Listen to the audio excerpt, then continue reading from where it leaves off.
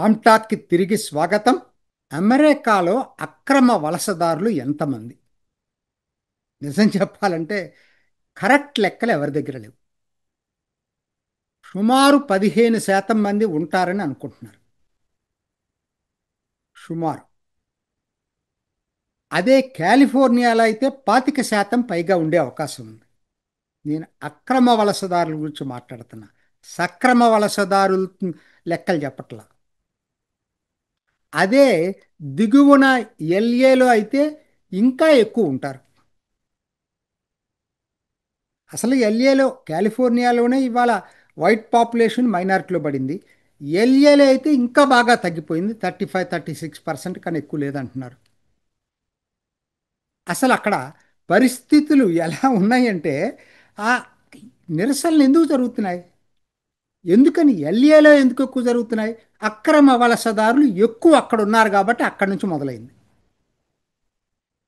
Of course అక్కడున్న ప్రభుత్వం దానికి అన్ని రకాల అండదండలు చేకూర్చింది.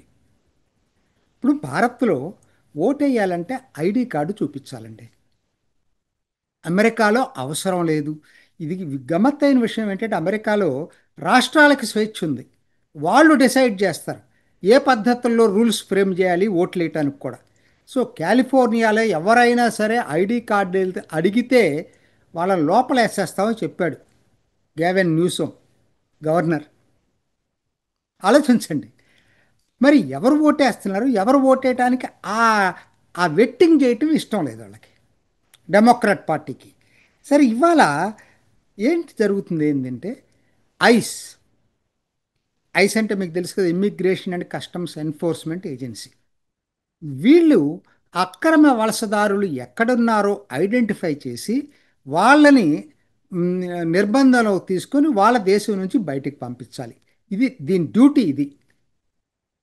ఇది కాలిఫోర్నియాలో ఇలా ఐడెంటిఫై చేయటం మొదలుపెట్టారు. అన్ని చోట్ల చేస్తున్నారు, అన్ని రాష్ట్రాల్లో ఇక్కడ కూడా చేస్తున్నారు. సో దానికి వ్యతిరేకంగా తిరుగుబాటులాగా వీళ్ళు మొదలైంది. ఎలా మొదలైంది అసలు మీరు ఆశ్చర్యపోతారు. మీరు ఆ వీడియోలు చూస్తూ ఉండుంటారు కదా. మెక్సికో జెండా పెట్టుకొని నిరసన ప్రదర్శనలు చేస్తున్నారు. అమెరికా దేశంలో అమెరికా జెండా పెట్టుకొని నిరసన ప్రదర్శనలు చాలామంది చేస్తుంటారు. ఎందుకంటే మేము అక్కడ నిరసన చేసే హక్కు ఉంది, కానీ మేము జాతీయ భావాలు అమెరికా అంటే ఇష్టం ఉందని చెప్పి అట్లా కాదు. మెక్సికో జెండాలు పెట్టుకొని అమెరికాలో నిరసనలు చేస్తున్నారు. దానికి మానవ హక్కుల సంఘాలు మద్దతు, డెమోక్రటిక్ పార్టీ మద్దతు, కార్లు తగలబెడుతున్నారు. అయినా వాళ్ళకి మానవ హక్కులు కావాలి. చూడండి అసలు ఏం జరుగుతుందో చూడండి. మరి ఇదే ఇతర దేశాల్లో జరిగినప్పుడు అమెరికా ప్రతిస్పందన ఎలా ఉందండి? భారత్ లాంటి దేశాల మీద ఎటువంటి వ్యాఖ్యలు చేశారు ఈ పాశ్చాత్య మీడియా, పాశ్చాత్య దేశాలు అన్నీ, అమెరికాతో సహా అన్నీ కూడా. ఇవాళ అమెరికాలో జరుగుతుందేంటి? నేను అందుకని సంతోషించట్లా. తప్పు ఎక్కడున్నా తప్పే. ఆ రోజు భారత్లో వీళ్ళు చేసింది తప్పు ఆందోళనకారులు, ఇవాళ అమెరికాలో చేస్తుంది కూడా తప్పే. నువ్వు శాంతియుతంగా ప్రదర్శన చేసుకో. పర్టికులర్గా మెక్సికో జెండా పెట్టుకొని ప్రదర్శన చేశావంటే దాన్ని ఏమనాలి? ఇన్సరక్షన్ కిందకే వస్తుంది కదా. ఇతర జెండాలు తీసుకొని ఈ దేశం మీద దాడి చేసినట్టే వస్తుంది కదా. అది ట్రంప్ ఇప్పుడేమంటాడు? ఆయన మరి వీళ్ళు వీళ్ళు ఎన్ఫోర్స్ చేయలేకపోతున్నారు, డెమోక్రాటిక్ పార్టీ. ఆయన డైరెక్ట్గా నేషనల్ గార్డ్స్ని పంపించాడు. ముందు 2,000, తర్వాత ఇంకో 2,000, తర్వాత ఇప్పుడు 700 మెరైన్లు పంపించాడు. మరి ఇప్పుడు మేల్కొన్నాడు. గవర్నర్ ఏమంటాడు? అసలు మీరు ఎట్లా పంపిస్తారంటాడు. మరి మీరేం చేస్తారు? ప్రజలకి రాష్ట్ర ప్రభుత్వమా కేంద్ర ప్రభుత్వమా కాదు, ప్రజలకు రక్షణ ఉండాలి కదా. యాపిల్ స్టోర్లో దోపిడీ చేసేసి గ్యాడ్జెట్స్ అన్ని తీసుకెళ్ళిపోయారు కదా. ఏం చేశావు మరి? ఈ గవర్నర్ ఏం చేశాడు ఆ రోజు? షాపులు లూటీ చేస్తుంటే గవర్నర్ ఏం చేశాడు? కార్లు తగలబెడుతుంటే గవర్నర్ ఏం చేశాడు? ఇవాళ వచ్చేసరికి రాజ్యాంగం గుర్తుకొచ్చింది. మేము అడగకుండా మీరు ఎట్ట పంపిస్తారు? మరి మీరు పని చేస్తే ఈ పని రాదు కదా. మీరు మెక్సికో జెండాలు పట్టుకున్న వాళ్ళని తీసుకెళ్ళి లోపల పెట్టారా మీరు? ప్రాబ్లం ఎక్కడ వచ్చింది? సో తప్పే నేను అంటలా. అలా చట్టాల ప్రకారంగా కొన్ని ప్రత్యేక పరిస్థితుల్లో తప్పితే ఫెడరల్ గవర్నమెంటు పంపకూడదు, ఒప్పుకుంటా. కానీ మీరు చేస్తున్నదేంటి? మీరు వాళ్ళని కంట్రోల్ చేయట్లేదు. నిన్న పెట్టారు కర్ఫ్యూ. ఇన్నాళ్ళ నుంచి ఎందుకు పెట్టలేదు? నిన్న పెట్టారు అంటే జనంలో కూడా వ్యతిరేకత వస్తుంది. యాక్చువల్గా ఇవాళ ఒపీనియన్ పోల్స్ ఏం చెప్తున్నాయంటే మిగతా విషయాల్లో ట్రంప్ మీద అప్రూవల్ రేట్స్ బాగలేవు, కానీ ఇమ్మిగ్రేషన్ విషయంలో ట్రంప్కి మెజారిటీకి పైగా సభ్యులు మద్దతు ఇస్తున్నారు. మిగతా విషయాల్లో వ్యతిరేకించే వాళ్ళు కూడా ఈ విషయంలో ట్రంప్ను సమర్థిస్తున్నారు అమెరికా ప్రజలు. అంటే ప్రతి వాళ్ళకి తెలుస్తుంది కదండి, బైడెన్ టైంలో లక్షలకు లక్షలు అట్లా వచ్చేవాళ్ళు బోర్డర్ దాటి. దాదాపు 1,50,2 కోట్ల మంది ఉన్నారండి అక్రమ వలసదారులు. ఏదో ఒక కొన్ని లక్షల మంది అంటే ఐ కెన్ అండర్స్టాండ్. భారత్ లాగానే భారత్లో బంగ్లాదేశీయులు మొత్తం లెక్కేస్తే 1947 నుంచి ఇప్పటి వరకు అక్రమంగా వచ్చిన వాళ్ళు 1,50,000 ఉంటారు.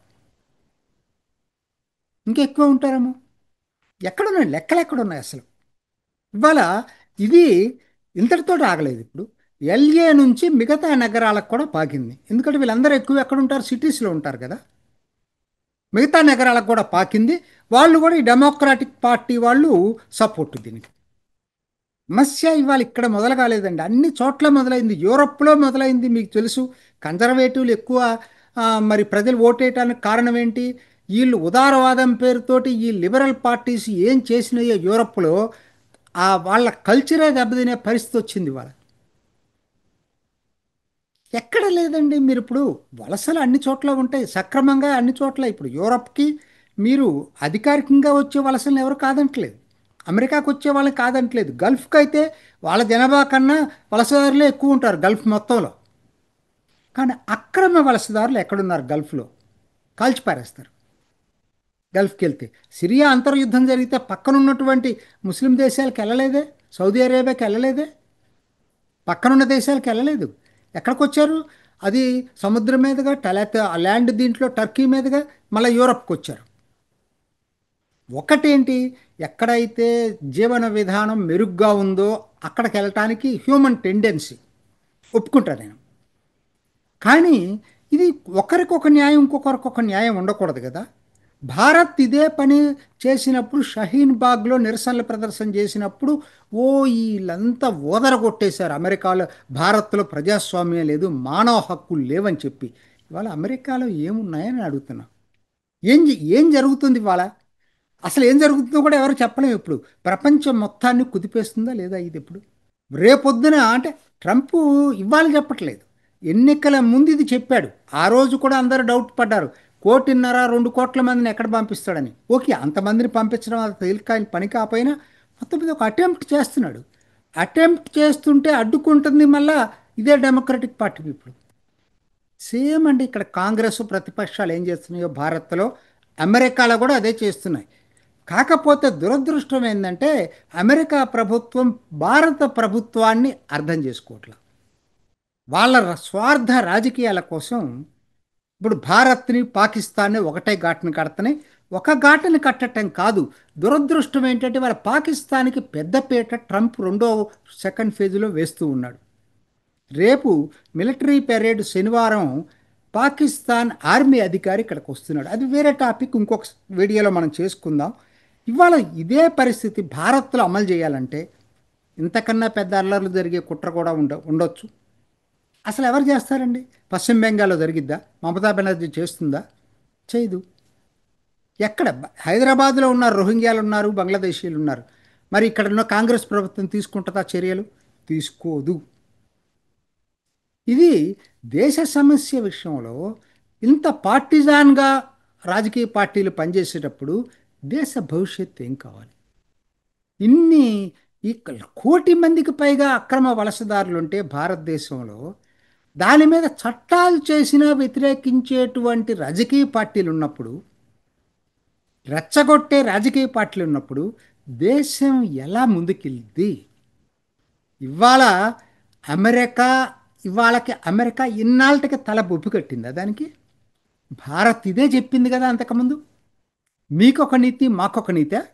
కానివ్వండి, ఏం జరుగుతుందండి ఇప్పుడు ఏం చెప్పలేమండి. ఎందుకనంటే ఇప్పుడు ఇది ఎక్కడికి దారితీస్తుంది, ఎలా వెళ్తుంది అనేది మన చేతిలో లేదు.